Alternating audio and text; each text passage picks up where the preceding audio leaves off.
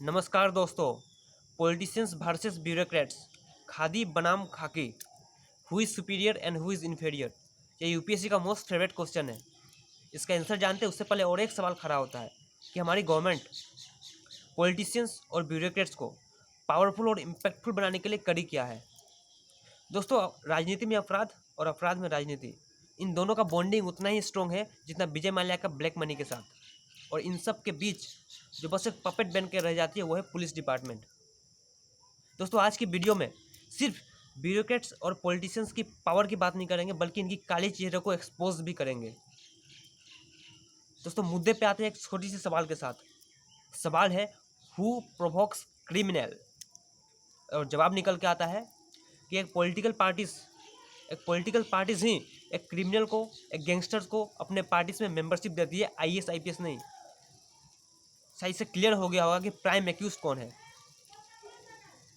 दोस्तों, एक पॉलिटिशियंस और ब्यूरोक्रेट्स को अपने अपने पावर्स होते हैं, अपने अपने तरीके, अपने अपने कंट्रीब्यूशन होते हैं इंडिया के डेवलपमेंट एंड वेलफेयर में, नो डाउट एट ऑल।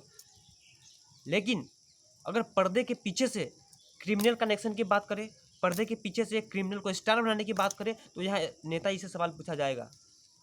और इस बात के क्लैरिफिकेशन के लिए कानपुर एनकाउंटर को समझना होगा।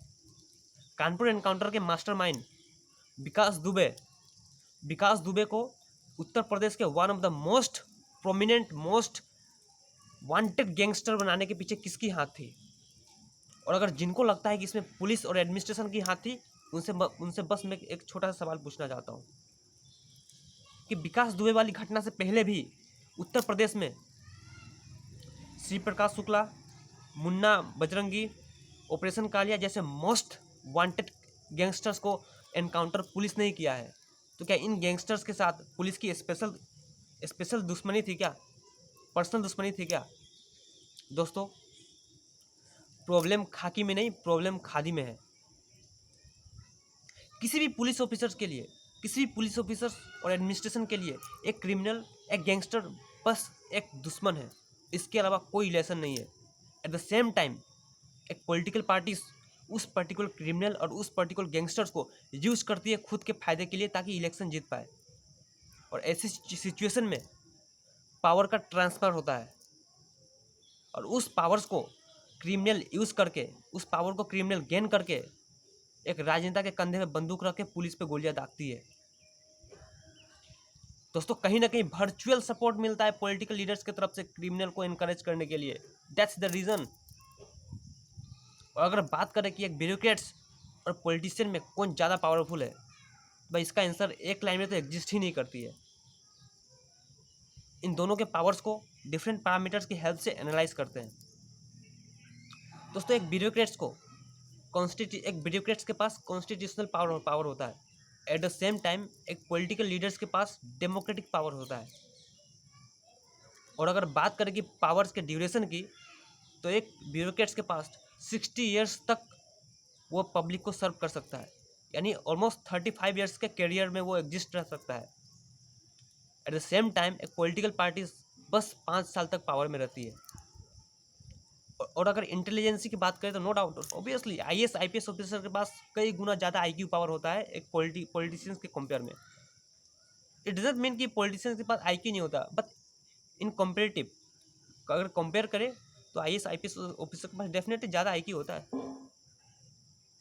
और सबसे इंपॉर्टेंट डिफरेंस है दोस्तों कि ब्यूरोक्रेसी में नेपोटिज्म एग्जिस्ट नहीं करता। This is the beauty of UPSC. अगर आपको आईएएस बनना है और अगर आपको आईपीएस बनना है तो यूपीएससी क्रैक करना ही पड़ेगा, चाहे आप किसान का बेटा या प्राइम मिनिस्टर के, नो मैटर। और लेकिन अगर आपको पॉलिटिक्स में घुसना है तो भाई गांधी फैमिली जिंदाबाद। गाइस, अगर बात करें कि who is more impactful for the country, obviously bureaucrats, without any doubt. Because दोस्तों, अगर देश के अंदर नीति निर्माण की बात करते हैं, देश के अंदर नीति निर्माण की बात किया जाए तो हम अमिताभ कांत सर को याद करते हैं। आखिर कौन है वो? 1980 बैच के आईएएस ऑफिसर, केरला कैडर के। अगर देश के अंदर नेशनल और इंटरनेशनल सिक्योरिटी की बात करें तो हम अजीत डोभाल को याद करते हैं। आखिर कौन है वो? 1968 बैच के आईपीएस ऑफिसर, केरला कैडर। और ये अजीत डोभाल, ये बंदा खुद एक अलग वीडियो डिजर्व करता है, इतना स्पेशल है ये बंदा। तो दोस्तों आप समझ सकते हैं, और ये ऐसे पोस्ट हैं जो कंट्री के बैकबोन की तरह काम करते हैं। इनके बिना आप एक कंट्री को फ्यूचर को एक्सपेक्ट ही नहीं कर सकते। दोस्तों प्रॉब्लम हमारी है कि हम अपने रियल हीरोज को प्रायोरिटी नहीं देते, और हम एक ऐसे देश में रहते हैं जहां आसाराम जैसे बलात्कारी का फैन फ्लोइंग है, और इससे ज़्यादा मैं क्या ही बोलूँ। इंडिया में fraud politics, negative politics, nepotism, इन सब की डोमिनेशन ही एक ब्यूरोक्रेट के सामने सबसे बड़ी चैलेंज है।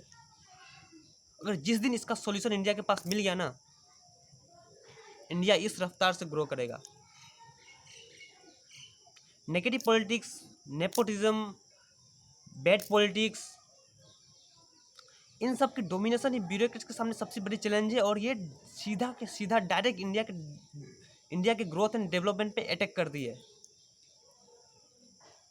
जिस दिन इसका सॉल्यूशन मिल गया ना, बिलीव मी, एक ब्यूरोक्रेट्स और एक पॉलिटिशियन की बॉन्डिंग इतनी पॉजिटिव हो जाएगी ना, फिर तो इंडिया की डेवलपमेंट और ग्रोथ में मतलब करप्शन पे भी बहुत ज़्यादा हद तक ये रिड्यूस हो सकता है, करप्शन भी। और इसकी सॉल्यूशन बहुत सिंपल है दोस्तों, just impose a qualification criteria to become a politician, that's it.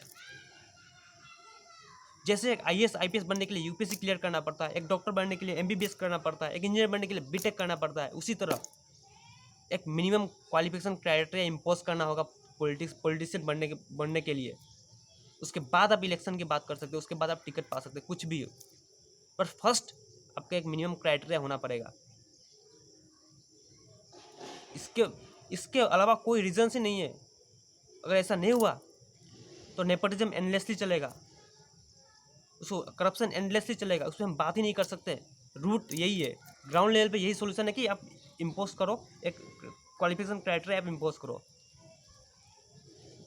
यार पॉलिटिक्स में होता क्या है, किसी को किचन से उठा के चीफ मिनिस्टर बना देंगे। अगर किसी को किचन से उठा के चीफ मिनिस्टर बनाते हो, किचन से उठा के चीफ मिनिस्टर बनाना यानी रिक्शे वाले को पायलट बनाना जैसा है।